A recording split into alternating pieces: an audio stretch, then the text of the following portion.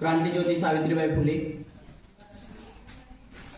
क्रांतिसूर्य ज्योतिबा फुले, ज्यांनी या भारताला एक अमोल संविधान दिलं, त्या विश्वरत्न महामानव बोधिसत्व डॉक्टर बाबासाहेब आंबेडकर यांना नमन करते आणि माझा थोडक्यात परिचय देते। मी अभिजित दिनेश नगराडे, मी औद्योगिक प्रशिक्षण संस्था मारेगाव येथे फिटर ॲथलीटला प्रशिक्षण घेत आहे। माझा आजचा विषय आहे संविधान आणि तरुणांची जबाबदारी। भारतीय संविधान आणि तरुणांची जबाबदारी काय हे तुम्हाला आज मी आपल्या थोड्या शब्दात समजून सांगणार आहे। भारतीय तरुणांची भारतीय संविधानाप्रती जबाबदारी म्हणजे काय, तर ते असेल संविधानातील मूल्ये, त्यातील समता, न्याय, बंधुता व स्वातंत्र्य, त्यांचा आपण आदर केला पाहिजे आणि ते महत्त्वाचं जे काही असेल तर ते समजून घेतलं पाहिजे। आणि त्यानंतर लोकशाहीचे रक्षण कसे करायचे आणि संविधानाचा प्रचार व प्रसार करणे आणि त्यातीलच देशाच्या प्रगतीत सक्रिय राष्ट्राच्या योगदान देणे हे सुद्धा तरुणांची जबाबदारी आहे।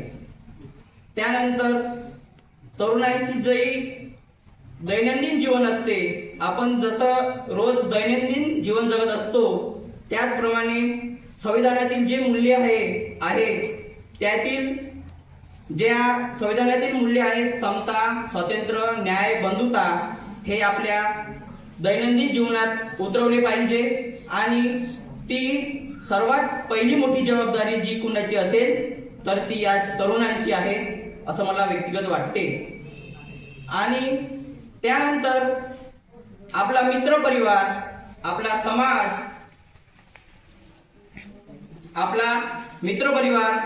त्याचसोबत आपला समाज संविधानाबद्दल जागरूकता निर्माण करणे आणि कोणत्याही अफवांना बळी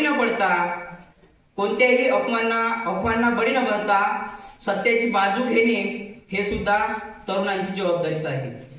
देशाच्या अखंडतेसाठी आणि एकतेसाठी तरुणांनी नेहमी पुढे जायला पाहिजे आणि त्याचप्रमाणे आज जे तरुण उद्याचे भवितव्य आहे हे सुद्धा आपल्या सर्वांना माहिती आहे। आणि जो तरुण या देशासाठी, या संविधानासाठी, संविधान वाचवण्यासाठी लढतोय ते संविधान भारतीय संविधान आहे। आणि त्याचप्रमाणे भारतीय संविधान हे जसं की घर चालवायला एक कुटुंब पद्धती असते, त्याचप्रमाणे या भारताला चालवण्यासाठी विश्वरत्न महामानव बोधिसत्व डॉक्टर बाबासाहेब आंबेडकरांनी आपल्याला हे असं एक अनमोल संविधान दिलेलं आहे। आणि त्याचप्रमाणे आपण लोकशाहीचे रक्षण कोण्या मार्गाने करू आणि कसे करू हे सुद्धा संविधानात सांगितले आहे। अन्याय करणाऱ्यापेक्षा अन्याय सहन करणारा मोठे गुन्हेगार असतो। आणि आजही आपल्यावर अन्याय होत आहे, तो अन्याय जोपर्यंत होणार आणि तो आपण सहन करणार, अन्याय करणारा गुन्हेगार नसणार, जो काही गुन्हेगार असणार तो अन्याय सहन करणारा असणार।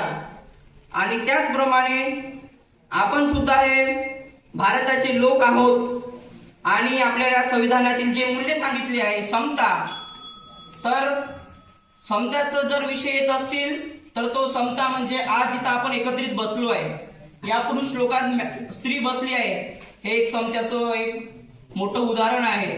त्यातील मूल्य आपण समजून घेतले पाहिजे। आणि बंधुता, या भारतात सर्व धर्माचे लोक एकत्रित राहतात, सर्व सण साजरे करतात आणि आपण एक गुणागोविंदाने या भारतात नांदतो। याचं जर कुणाला श्रेय द्यायचं असेल ते आपण भारतीय संविधानाला दिलं पाहिजे। आणि जे आपल्यात हे न्याय आहे, कुणालाही आता आमच्या कोणाचं पण समजा दोघात जर भांडणं झाली तर तो म्हणणं मी तुला पाहून घेईल, मी तुझ्याबद्दल तक्रार देईल, हे सुद्धा आपल्याला भारतीय संविधानाने न्यायाच्या आर्टिकलनुसार आपल्याला कलमानुसार दिलेले आहे। आपण आपले अधिकार सगळ्याला हक्क माहिती आहे, पण आपले कर्तव्य माहिती नाही आणि जबाबदारी पण माहिती नाही.